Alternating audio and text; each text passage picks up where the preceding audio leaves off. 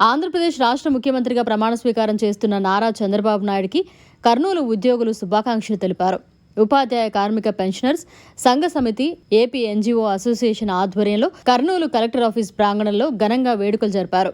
ఈ సందర్భంగా AP GS chairman జంగల్ రెడ్డి మరియు నాగేశ్వరరావు, ప్రభుత్వ డ్రైవర్ సంఘం మహిళా ఉద్యోగులు మీడియాతో మాట్లాడారు. ప్రభుత్వం చేసిన అరాచకాలకు సృష్టి పలుకుతూ ప్రజలిచ్చిన ఘనమైన తీర్పు మేరకు ఇండియా ఆధ్వర్యంలో నారా చంద్రబాబు నాయుడు గారు మరి రాష్ట్ర ముఖ్యమంత్రిగా ప్రమాణ స్వీకారం చేస్తున్నారు. కాబట్టి ఈ సందర్భంగా కర్నూలు జిల్లాలోని ఉద్యోగ ఉపాధ్యాయ కార్మిక పెన్షనర్ల ఐక్య కార్యాచరణ సమితి ఏపీ ఎన్జీఓస్ అసోసియేషన్ ఆధ్వర్యంలో మేము ఈరోజు వేడుకలు జరుపుకుంటా ఉన్నాం. గత ప్రభుత్వం ఈ రాష్ట్రం నుండి ఉద్యోగులను వేధించింది, ఉపాధ్యాయులను వేధించింది, కార్మికులను వేధించింది, అదేవిధంగా పెన్షనర్స్ వేధించింది. మధ్యతరగతి పౌరులను వేధింపులకు గురి చేయడమే కాకుండా గతంలో పనిచేసిన ఎమ్మెల్యేలు కూడా ప్రజలను నీచాతి నికృష్టంగా చూడడంతోనే ఈరోజు ప్రజలు మంచి తీర్పు, అంటే ఏ రకమైన తీర్పు అంటే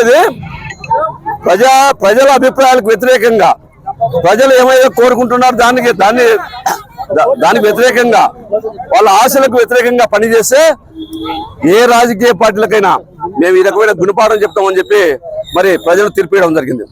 మమ్మల్ని అయితే లాస్ట్కు ఉద్యోగ ఉపాధ్యాయ కార్మిక పెన్షనర్లు దాదాపు 80 లక్షలు ఉంటాం ఈ రాష్ట్రంలో. మీరు మా ఓటర్లే కాదని చెప్పి ఆ రకమైన అంటే అవహేళన, అహంభావపూరితంగా ప్రవర్తించినందుకే మేము పోస్టల్ బ్యాలెట్ ద్వారా దాదాపు 5 లక్షల మంది మేము పోస్టల్ బ్యాలెట్ ఉపయోగించుకోవడం జరిగింది.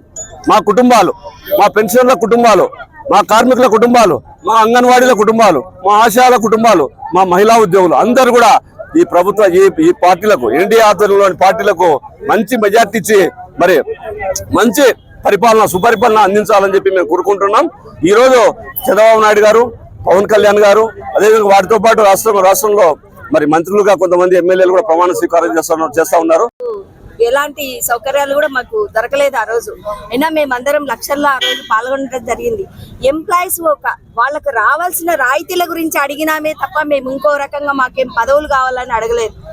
వాటిల్లో మాకు న్యాయం చేస్తారని అనుకున్నాం కానీ మమ్మల్ని ఆ రోజు నుంచి నిన్నటి ఎలక్షన్ ఓటింగ్ అయ్యేదాకా కూడా మాకు చుక్కలు చూపించినారు ప్రభుత్వం. మరి ఎంప్లాయీస్ మీద ఎందుకు అలాంటి అభిప్రాయం ఉందో మాకైతే తెలియదు.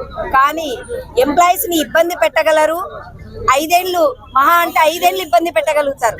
ఆ తర్వాత 5 ఏళ్ళు దాటిన తర్వాత సస్పెండ్ అయినా ఇంట్లో ఉన్న ఎంప్లాయీ ఓట్ అయితే ఎవరు తీసేయలేరు. ఆ ఓటే ఈ రోజు గెలుపుకు కారణం. మరిన్ని అప్డేట్స్ కోసం మన HN9 టీవీ ఛానల్ ని సబ్స్క్రైబ్ చేసుకోండి.